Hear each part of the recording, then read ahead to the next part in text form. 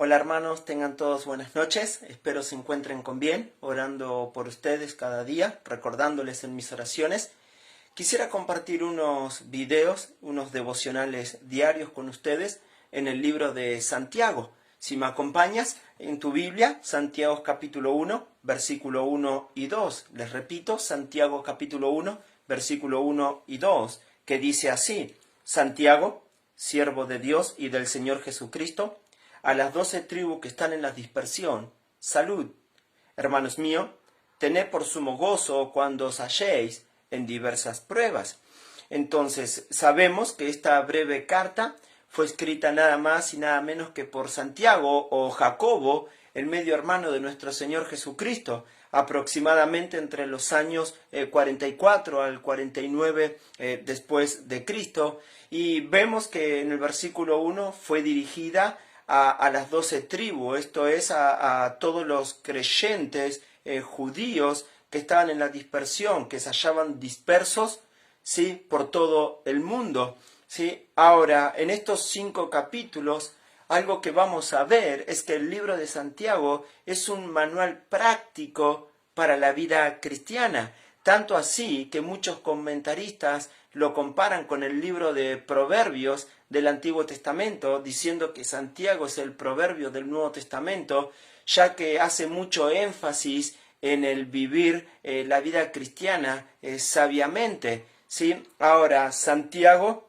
como un testigo ocular de Jesucristo resucitado, 1 Corintios 15:7, Jesús apareció a Jacobo, ¿sí? Entonces, él va a escribir con un corazón deseoso y apasionado para que los creyentes, donde sea que estén obedeciendo la palabra de Dios.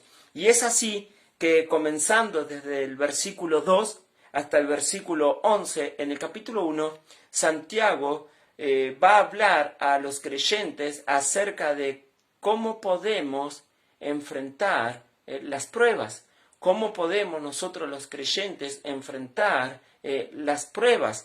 Ahora, pero antes de comenzar, rápidamente déjame definirte qué es una prueba. Esta palabra prueba básicamente se refiere a un problema, una adversidad, una dificultad, ¿sí?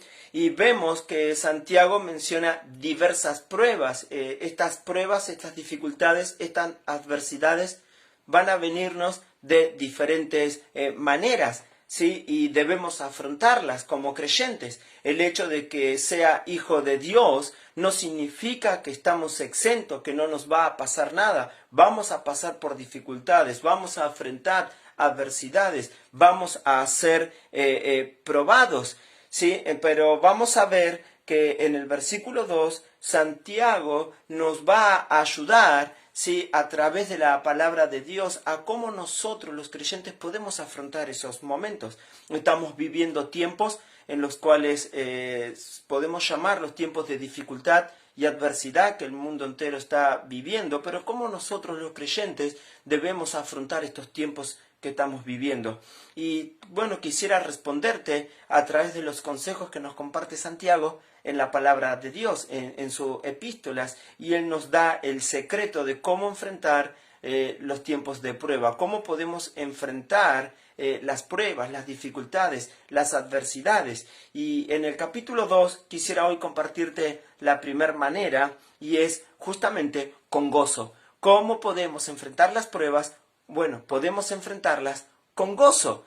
Ahora, él dice, hermanos míos, les está hablando a los creyentes, hermanos míos, dice, tened por sumo gozo cuando os halléis en diversas pruebas. Y este verbo, tener, básicamente está en imperativo por el solo hecho de que no es naturalmente en nosotros responder ante las adversidades con una actitud gozosa. En más, cuando enfrentamos un padecimiento, una adversidad, tendemos a entristecernos, a acongojarnos, a afligirnos, ¿sí?, a desanimarnos, a desesperarnos, a preocuparnos. Entonces, por eso Santiago nos dice, tened. Y un imperativo básicamente describe una orden, ¿sí?, describe un mandato. Él nos está diciendo que debemos tener gozo. La respuesta cristiana a los tiempos de adversidad es una actitud gozosa. El creyente no debe de temer, el creyente no debe de preocuparse, el creyente no debe desesperarse, el creyente debe tener gozo. Ahora, ¿cómo podemos nosotros tener una actitud gozosa si no nos es natural a nosotros responder con gozo frente a una adversidad? Bueno, Santiago nos dice, tened, es un mandato, es una orden que Él nos está dando, tengan gozo. ¿Sí? Ahora, ¿cómo podemos tener ese gozo? Bueno, algo que vamos a ver, hermanos, es que el gozo es algo que encontramos en Dios. Dios es la fuente de gozo para el creyente.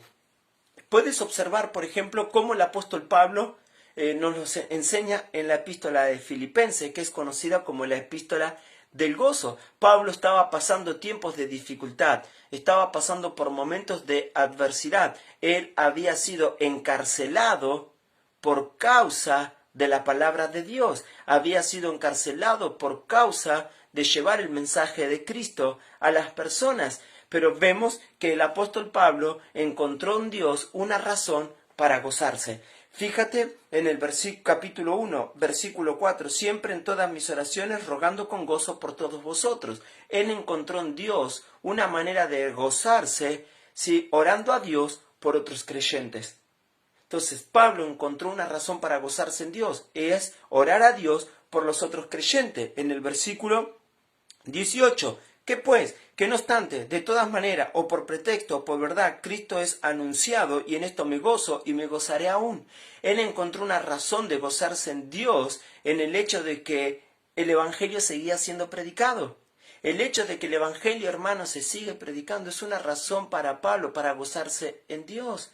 Y acá ya tienes una manera, hermano, cómo podemos tener una actitud gozosa en estos tiempos de adversidad. ¿Quieres enfrentar estos tiempos de adversidad con gozo? Bueno, empieza a orar por tus hermanos en la fe. Toma un tiempo para orar por tu iglesia.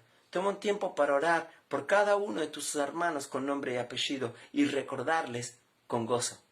Segundo, gózate, hermanos, porque a pesar de que estamos viviendo tiempos de dificultad y adversidad, la palabra de Dios se sigue predicando, ya sea por un celular, ya sea por vía online, ¿sí? En vivo, por Facebook o por una página, lo que sea, pero vemos, hermanos, que la palabra de Dios sigue predicando, sigue llegando a los hogares y personas siguen escuchando el mensaje de la palabra de Dios. Por eso el apóstol Pablo nos dice en el capítulo 3, versículo 1 de Filipenses, por lo demás, hermanos, gozaos en el Señor.